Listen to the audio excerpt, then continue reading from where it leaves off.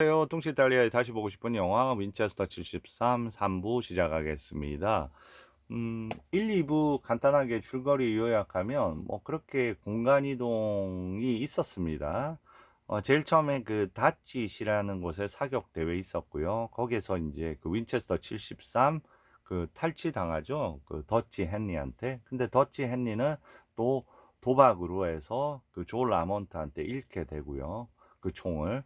그리고 졸 아몬트는 자기 그 총팔로 갔다가 젊은 황소한테 그 총을 또 빼앗기고 거기에서 머리 가죽까지 벗겨지는 그런 어떤 비극을 맞습니다.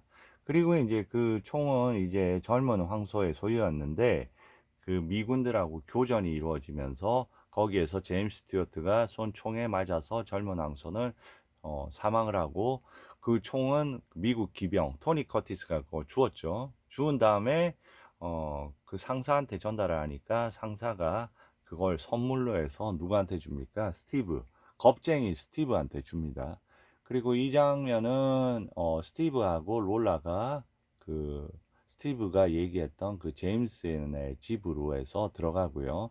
그 집에서 자기의 모든 비밀을 얘기합니다. 사실 그때 도망친 거 너무 무서워서 그랬고, 나 다시 돌아왔지 않냐, 너를 구하려고. 그리고 그 사실이 거짓말이라면 내 눈을 뺄 용의도 있다. 그러면서 언젠가는 당신한테 그런 어떤 부분을 증명할 기회가 올 거다. 그런 자신의 용기를 말이죠. 그리고 그 얘기를 끝내자마자 바로 총소리가 납니다.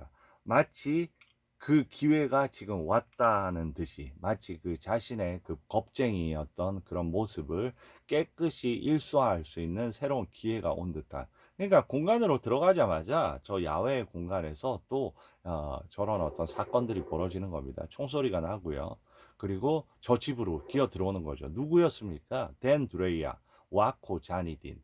다시 말해서 스티브가 만나러 가려고 했던 그 사람이 또 범죄를 저질렀겠죠. 그 쫓기면서 그 집으로 들어온 겁니다.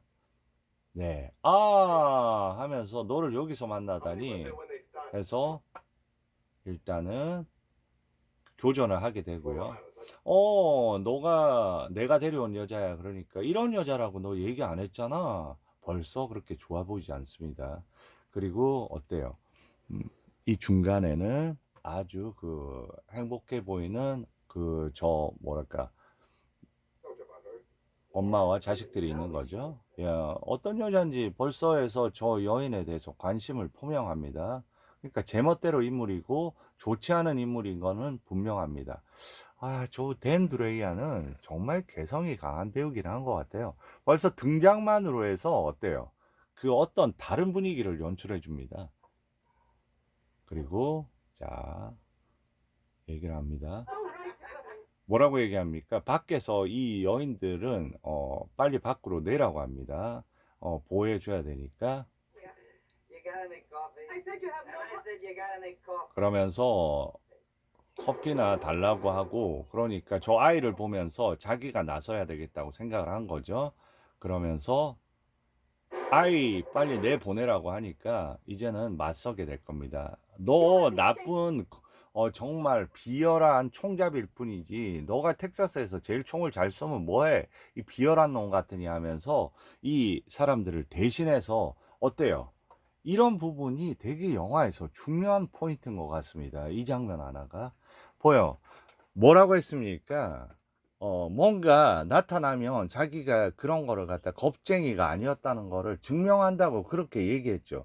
그런데 자기의 여자에 대해서 눈독을 들이고, 그런데 거기에 대해서 아무 말도 못하고 이 시선 한번 보세요.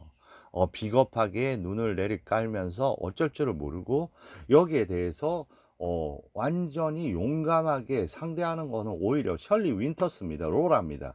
그리고 로라 옆에서는 어떻게 보면 로라의 말에 대해서 오히려 기대를 하고 뭔가를 갖다 해결할 것 같은 그런 시선으로 이렇게 쳐다보고 있습니다.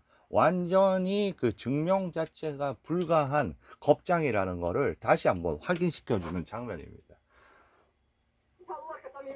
네, 그리고 싸구려 저질 총잡이라고 어떻게 보면 스티브가 할 수 없는 말을 합니다. 그리고 이제 내보내고 자기도 나가려고 하는데 너는 안 되지. 이런 거죠. 너는 이제 내 여자 해야지. 이런 느낌으로 해서 가로막습니다. 그리고 어때요? 여기서 총을 갖고 있습니다. 그런데 보면서 얘기합니다. 이 총 내가 살게 하면서 이제는 도발을 하는 거죠. 아무 말도 못했잖아요. 이제 총에 대해서는 어떻게 반응을 할까요? 이 스티브가. 그러면서 저 여자는 내보내주려고 하죠. 그런데 이 총에 관심을 보입니다. 그리고 이 총 나한테 팔으라고 합니다. 그런데 팔 수 있는 물건이 아니라고 얘기하죠. 그리고 이제 중간에서 저렇게 알았어. 팔기 싫다고? 그러면 알았어 하면서 이제 다른 수를 쓰는 거죠. 어떤 수를 쓸까요? 정말로 댄 드레이아는 이런 부분에 1인자인 것 같아요. 자, 갑자기 뭐 뺏으려고 하지 않습니다. 갑자기 너 커피 타와 하니까 뭐라고 합니까? 그 로라가 내가 타올게 그러니까 너 말고 스티브 네가 커피 타와 이렇게 얘기합니다. 그리고 넌 여기 앉아 있고 그리고 저기에서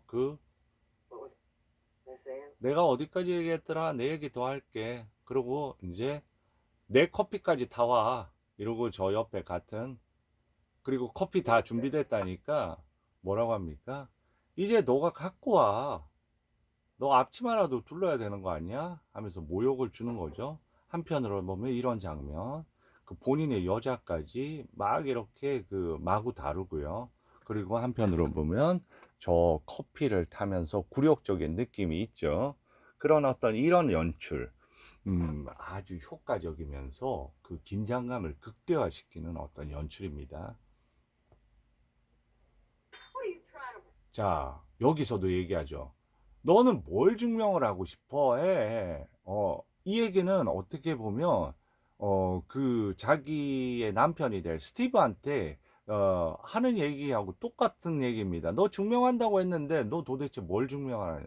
지금 이 얘기는, 그 와코 자니한테 하는 얘기거든요. 이 모든 그 총 쏘고 이 난리를 부리는 이거 너 도대체 뭘 증명하려고 얘기해?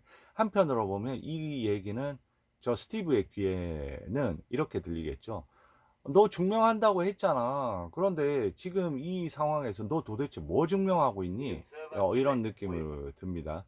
그리고 웨이터, 우리 커피, 그리고 이제 준비하려고 오라고 해놓고 거기서 다리를 걸어가지고 저렇게 넘어지게 만듭니다. 그러면서 이런 장면 연출, 정면에 그 클로즈업으로 거의 클로즈업 수준의 얼굴을 통해서 모든 굴욕을 보고 그 옆에 저 댄드리아의 비웃는 저 역할.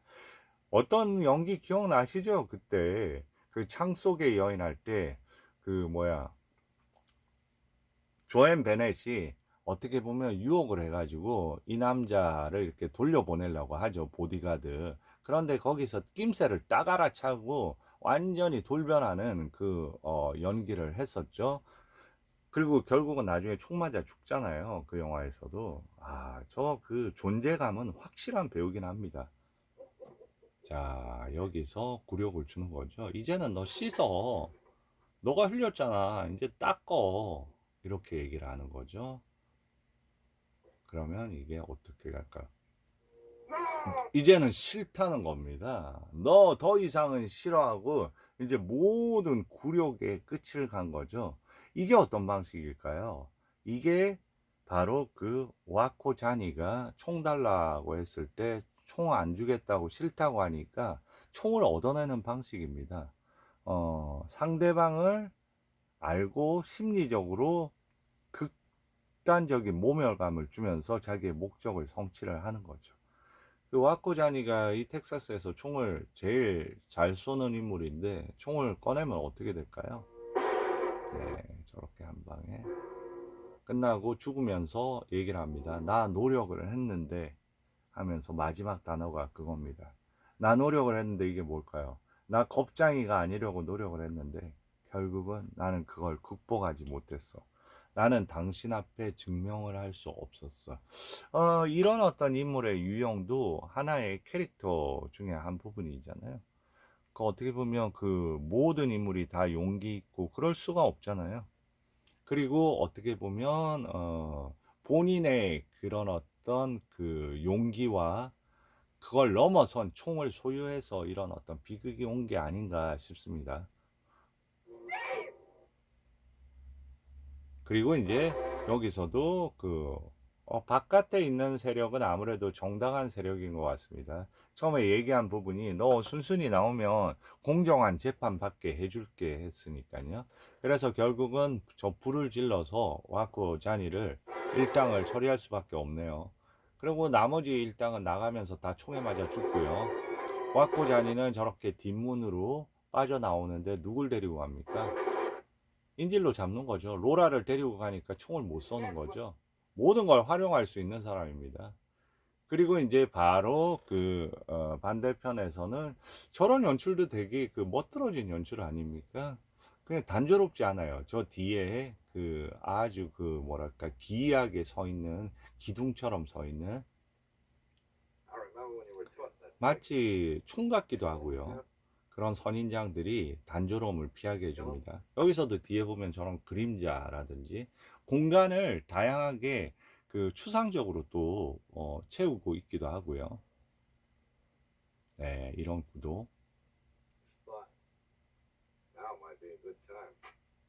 이 대사 되게 중요한 대사 부분 중에 하나입니다. 한번 들어볼까요?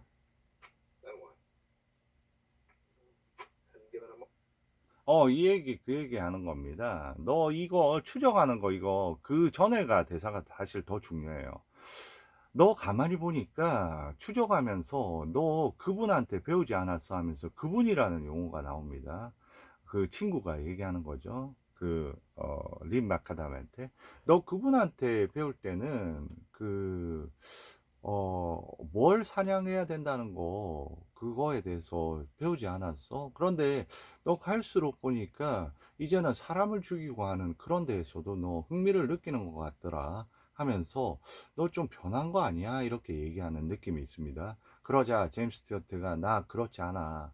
나 그런 거 가지고 재미 느끼고 그런 사람 아니야. 그러면 너 이 추적 끝나면 뭐 할 건데? 그러니까 거기에 대해서 깊이 생각해 보지 않았어. 그러면서 그래도 나의 이 여정에 동참해서 너가 있어서 나는 너무나 고마워. 그런 얘기를 이어가거든요. 그러면서 어떤 얘기를 하냐면, 네, 좋은 사람이야. 그러면서 얘기를 합니다. 이거는 너 아버님이 항상 얘기하던 거였잖아. 네. 그러면서 그분이 아버님이라는 어떤 느낌이 얘기를 합니다. 그러면서 이 마지막 대사가 되게 중요한데요. 그 대사 한번 들어볼게요.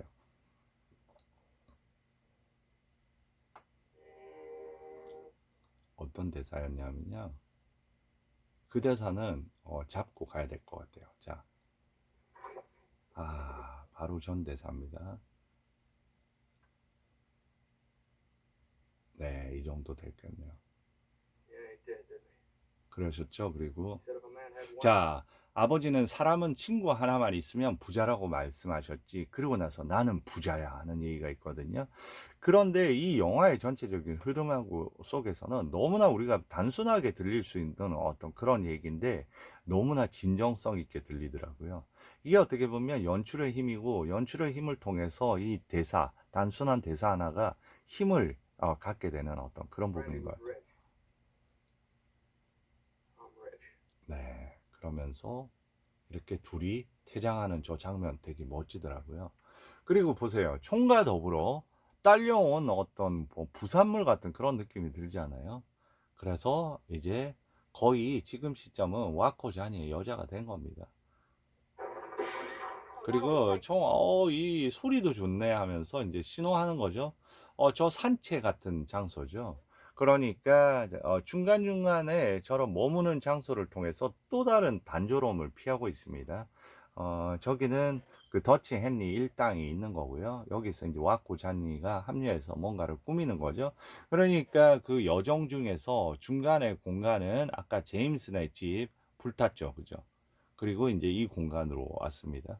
그러니까 어떻게 보면 이 영화의 또 다른 어떤 그 중심이 되는 저 롤라의 여정을 보면 롤라 역시 계속 이제 집을 꿈꾸잖아요. 그런데 어때요? 그 남편이 될 사람과 그리던 그 집은 와코 잔이로 채워지고 결국은 불타고 그 모든 어떤 그 의미가 사라진 겁니다. 그리고 또 다른 공간으로 왔는데 거기는 더한 악당이 있습니다. 더치 헨리가 있습니다.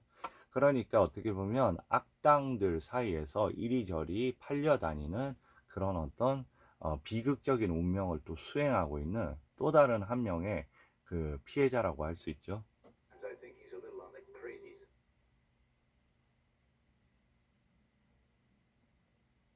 그리고 이제 여자는 왜 달고 온 거야 하면서 저 멀리서도 그런 얘기를 합니다. 어, 아니, 저 와코자니 쟤한테는 약간 미친 구석이 있단 말이야. 뭔가, 그러면서 이제 둘이 만났어요. 그런데 총이 또 문제가 됩니다. 그거 내 거야, 내놔. 그러니까 친절한 친구가 나한테 준 거라고 하죠. 그런데 막 이렇게 내 거라고 하면서 압박을 하니까 알았어, 그럼 너 가져. 그러면서 얘기를 합니다.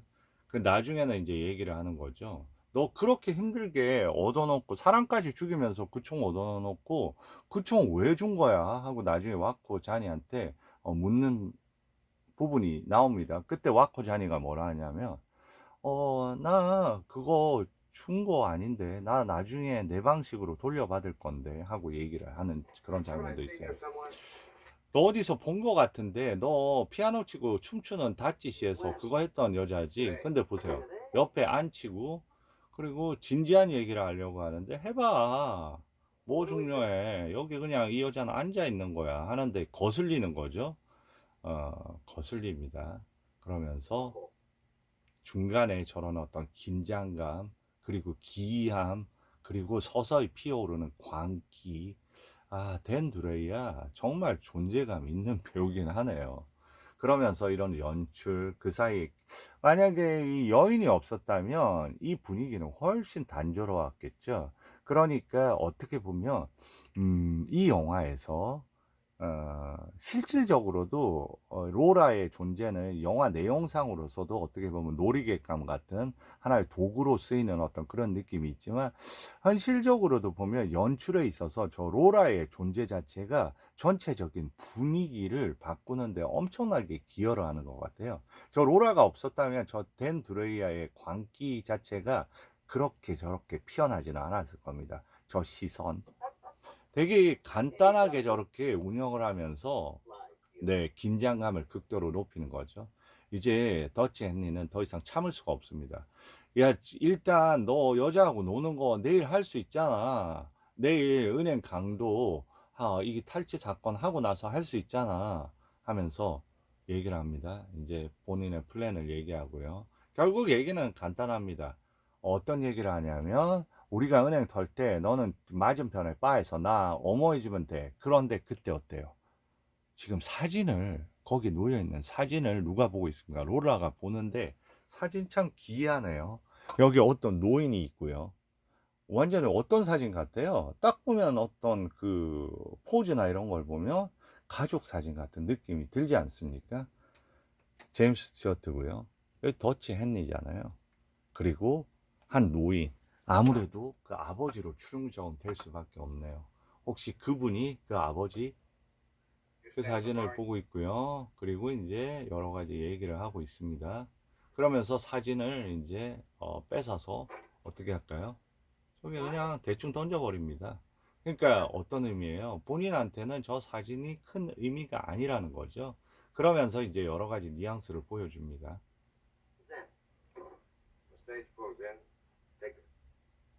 그리고 이런 어떤 구도 안에서도 아주 그런 뭐랄까 천장 자체가 낮으면서 전체적으로 좀 압박을 하는 이런 공간이잖아요. 뭔가 끼어 있는 공간이잖아요. 그러니까 아까 그 중간에 들렸던 그 라이커스 바 같은 경우에 보다 그 편안하게 있었던 공간이고 여기에서는 뭔가 그 조급함이 있고 압박감 이 느껴지는 그런 공간입니다. 특히 이런 인물들의 배치를 통해서도 그런 느낌이 보이네요.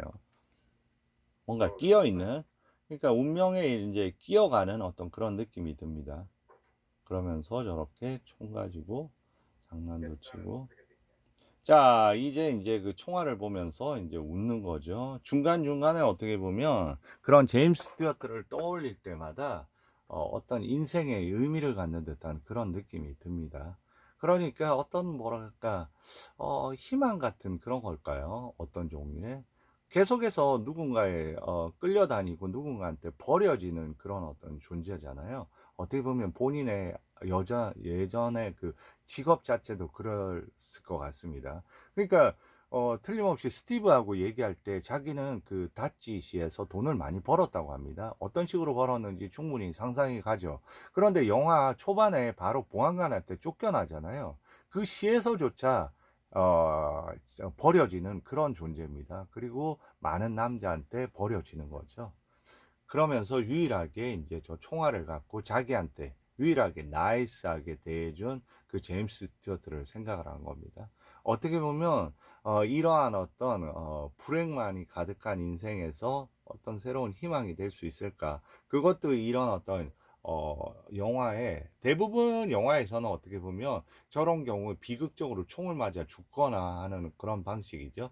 그리고 참고로 이런 어떤 그 연출 자체 여기서는 어떤 그 아까 그 인디언들이 쫓아오고 막 하는 그런 장면에서도 구도 자체가 완벽하게 이 정으로 돼 있는 구조보다는 전체적으로 어떤 이런 약간의 비스듬함 이런 부분이 묘하게 긴장감과 더불어 어떻게 보면 구도의 지루함을 많이 덜어주는 어떤 그런 느낌이에요. 이런 어떤 기대 서 있는 그 연출 마저도 어떻게 보면 한편으로는 이렇게 툭 튀어나온 거라든지 뭔가 불안불안한 느낌이 많이 이렇게 좀 노출이 돼 있는 느낌입니다. 그리고 마치 무너질 듯한 거기에 기대 서 있는 그렇지만 이 총알 이 제임스 스튜어트의 정신적으로 의지하고 있는 어떤 그런 느낌을 또 주고요. 그래서 요 장면에서 이제 그 안에 있던 사람이 나오는 그런 부분에서 그 제4부 그걸 갖다 제가 예전에 그 찍어놨는데 나머지는 다 저작권 때문에 이렇게 하고 그것만 살아남았으니까 그 부분하고 연결돼서 이렇게 보시면 될 것 같습니다. 여기에서 3부를 마무리하겠습니다. 감사합니다.